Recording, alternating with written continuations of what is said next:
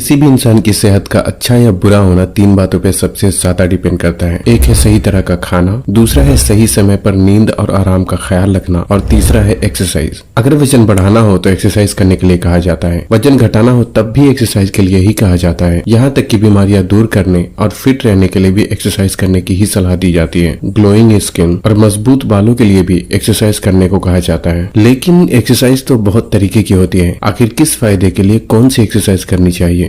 Total जितनी भी physical exercise होती है उसे 4 हिस्सों में डिवाइड किया जाता है, जिसमें पहली एक्सरसाइज है स्ट्रेचिंग। इस एक्सरसाइज को आप एक तरीके का योगा भी कह सकते हैं। इस एक्सरसाइज का मेन काम आपकी बॉडी को फ्लेक्सिबिलिटी प्रोवाइड करना होता है, इसलिए ये एक्सरसाइज हर किसी को जरूर करना चाहिए। स्ट्रेचिंग एक्सरसाइज का सबसे पहला फायदा ये है कि इसे आपकी बॉडी का स्ट्रक्चर सीधा और सही दिशा में होता है। अक्सर ही गलत तरीके से उठने बैठने की वजह से कुछ लोगों के शरीर का पोस्चर पूरी तरीके से बिगड़ जाता है। कंधे आगे की तरफ झुक जाते हैं और बॉडी बीच से मुड़ी हुई दिखने लगती है, जिससे हाइट तो कम लगती ही है, साथ ही इससे उस बंदे की पर्सनालिटी पर भी बहुत बुरा असर पड़ता है। वॉल एंजल और कोबरा स्ट्रेच कुछ ऐसी एक्सरसाइज है जो बिगड़े हुए पोस्चर को फिर से ठीक करने में बहुत जबरदस्त तरीके से काम करता है। किसी हेवी वर्कआउट को करने से पहले शरीर के ज्वाइंट को वार्म अप करने के लिए स्ट्रेचिंग एक्सरसाइज जरूर और जरूर करना चाहिए, क्योंकि ऐसा करने से हेवी वर्कआउट के दौरान किसी भी तरीके की इंजरी होने के चांसेस काफी हद तक कम हो जाते हैं। जैसे जैसे उम्र बढ़ती है शरीर की फ्लेक्सिबिलिटी कम हो जाती है, जिससे बिना दर्द सहे कुछ लोगों के लिए उठना बैठना भी मुश्किल हो जाता है, जो कि शरीर की फ्लेक्सिबिलिटी कम होने को दर्शाता है। इसलिए हर किसी को बुढ़ापे की तैयारी जवानी में ही कर लेनी चाहिए। कहने का मतलब यह है कि जो लोग शुरुआत से ही रेगुलर स्ट्रेचिंग एक्सरसाइज करते हैं उनकी बॉडी ज्यादा उम्र होने के बाद भी काफी फ्लेक्सिबल रहती है, जिससे कि डेली लाइफ में किए जाने वाले किसी भी काम को अंजाम देने में बहुत ही आसानी होती है। दूसरा है कार्डियो एक्सरसाइज, जिसे इंडोरेंस या एरोबिक एक्सरसाइज के नाम से भी जाना जाता है। इस एक्सरसाइज में ज्यादातर आपके पूरे शरीर के अंग एक साथ हरकत में होते हैं, जिससे ज्यादा कैलोरी बर्न होती है और धीरे धीरे शरीर को जल्दी ना थकने की आदत होने लगती है। मिसाल के तौर पे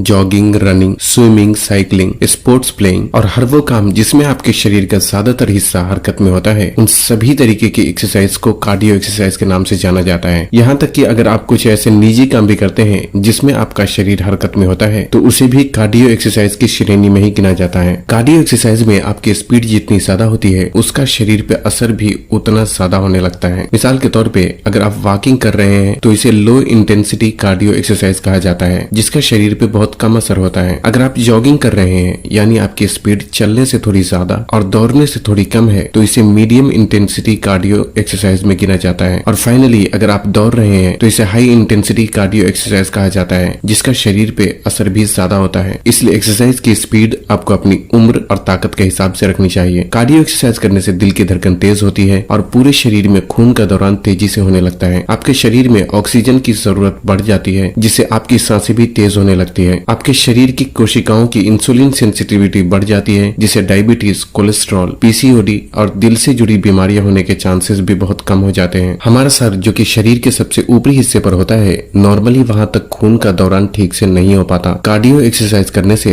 सर के ऊपरी हिस्से तक भी खून आसानी से पहुंचता है, जिससे बालों के जड़ मजबूत होते हैं और स्किन भी साफ होने लगती है। इतना ही नहीं, इससे आपका दिमाग भी ज्यादा बेहतर तरीके से काम करने लगता है। इस तरह की एक्सरसाइज को करने से शरीर में HGH यानी ह्यूमन ग्रोथ हार्मोन भी काफी मात्रा में रिलीज होने लगता है, जिससे शरीर के अंदर हीलिंग प्रोसेस शुरू हो जाता है और बीमारियां धीरे धीरे ठीक होने लगती है। जिन लोगों की हाइट बढ़ने की उम्र है उन्हें भी कार्डियो एक्सरसाइज जरूर करना चाहिए, क्योंकि इससे शरीर में हाइट बढ़ाने वाले हार्मोन ठीक तरीके से रिलीज हो पाते हैं। इस तरह की एक्सरसाइज में बहुत जल्दी पसीना निकलने लगता है, जिससे रोम छिद्र खुल जाते हैं और स्किन के अंदर मौजूद गंदगी बाहर निकलने लगती है। इसलिए दाग धब्बे भी धीरे धीरे ठीक होने लगते हैं। वैसे तो कार्डियो एक्सरसाइज हर किसी के लिए फायदेमंद होती है, लेकिन फिटनेस गोल के नजरिए से जिन लोगों को वजन घटाना है उसे कार्डियो एक्सरसाइज ज्यादा करनी चाहिए, क्योंकि इस तरह की एक्सरसाइज में शरीर से कैलोरीज ज्यादा बर्न होती है, जो कि शरीर से चर्बी कम करने में ज्यादा मददगार होता है।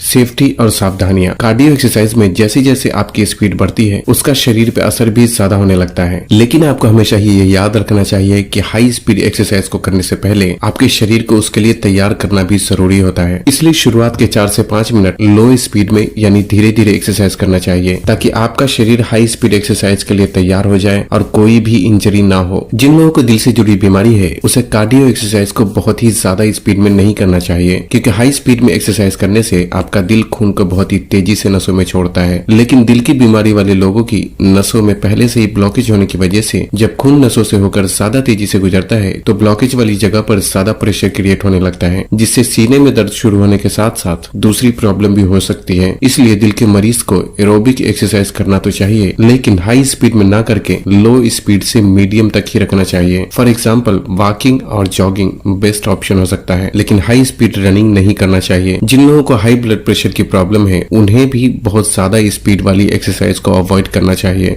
नंबर 3 है स्ट्रेंथ ट्रेनिंग। बेसिकली ये एक्सरसाइज आपके शरीर के स्टेमिना को बढ़ाने का काम करता है। इस एक्सरसाइज को 2 तरीके से किया जाता है। एक तो एक्स्ट्रा वजन उठाकर, जिसे वेट लिफ्टिंग के नाम से जाना जाता है, जैसे कि बेंच प्रेस, डंबल ड्रॉ और लेग प्रेस। दूसरी तरीका वो है जहां शरीर के वजन को ही इस्तेमाल करके एक्सरसाइज को परफॉर्म किया जाता है, जिसे कैलिस्थेनिक के नाम से जाना जाता है। एग्जाम्पल के लिए पुशअप, पुलअप और स्क्वाट जैसी exercise. Basically strength training exercise का नाम सुनकर ही पता चलता है कि ये आपके शरीर के अंदर की स्ट्रेंथ यानी ताकत को बढ़ाने का काम करता है, और इसी दौरान आपके शरीर की मसल्स फाइबर इंप्रूव होकर ज्यादा मजबूत होने लगती है, जिससे शरीर में लीन मसल मास की मात्रा भी बढ़ती है और शरीर अंदर और बाहर दोनों से स्ट्रांग होने लगता है। इस एक्सरसाइज में आपको अपने अंदर से शरीर का मैक्सिमम बल लगाना पड़ता है, जिससे शरीर में प्रेशर क्रिएट होता है और शरीर के अंदर जमी गंदगी को आपका शरीर बाहर फेंकने लगता है, जिससे आपकी स्किन भी साफ होती है और यहाँ तक कि सारे इंटरनल ऑर्गन भी ज्यादा बेहतर तरीके से काम करने लगते हैं।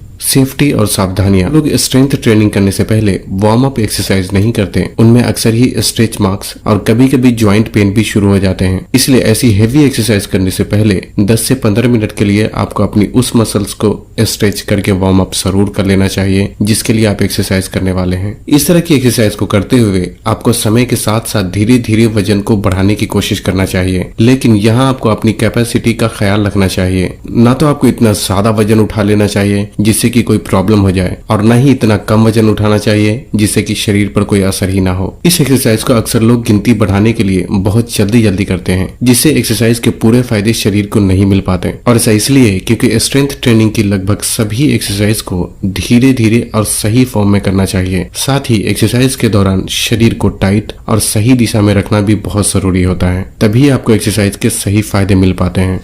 नंबर 4 है बैलेंसिंग एक्सरसाइज। इसके नाम से ही पता चलता है कि ये एक्सरसाइज आपके शरीर की बैलेंस करने की स्किल को इम्प्रूव करने का काम करता है। आपने देखा होगा कि कुछ लोग थोड़ा भी बैलेंस बिगड़ने से लड़खड़ाकर नीचे गिर जाते हैं, और जो कि ये दर्शाता है कि उस बंदे का अपने शरीर पर कंट्रोल नहीं है। चाहे वजन उठाते वक्त हो या कोई कंजस्टेड रास्ते पर चलते वक्त, बैठने या उठते वक्त हो या किसी ऐसी जगह पर खड़ा रहना जहाँ जगह की कमी हो, इन सभी सिचुएशन में आपके कदम मजबूती से जमे रहने के लिए आपके शरीर पर आपका कंट्रोल रहना बहुत जरूरी होता है, और इस तरह का कंट्रोल बैलेंस एक्सरसाइज के जरिए हासिल किया जा सकता है। वैसे तो बैलेंस एक्सरसाइज कई तरीके की होती है, लेकिन अगर आप चाहें तो टेंडम स्टैंड, टेंडम वॉक और 1 लेग स्टैंड जैसी एक्सरसाइज की शुरुआत कर सकते हैं। अगर ये एक्सरसाइज को करते वक्त आपको बहुत ज्यादा आसान लगता है तो एक्सरसाइज के दौरान आपको आंख बंद करके ट्राई करना चाहिए।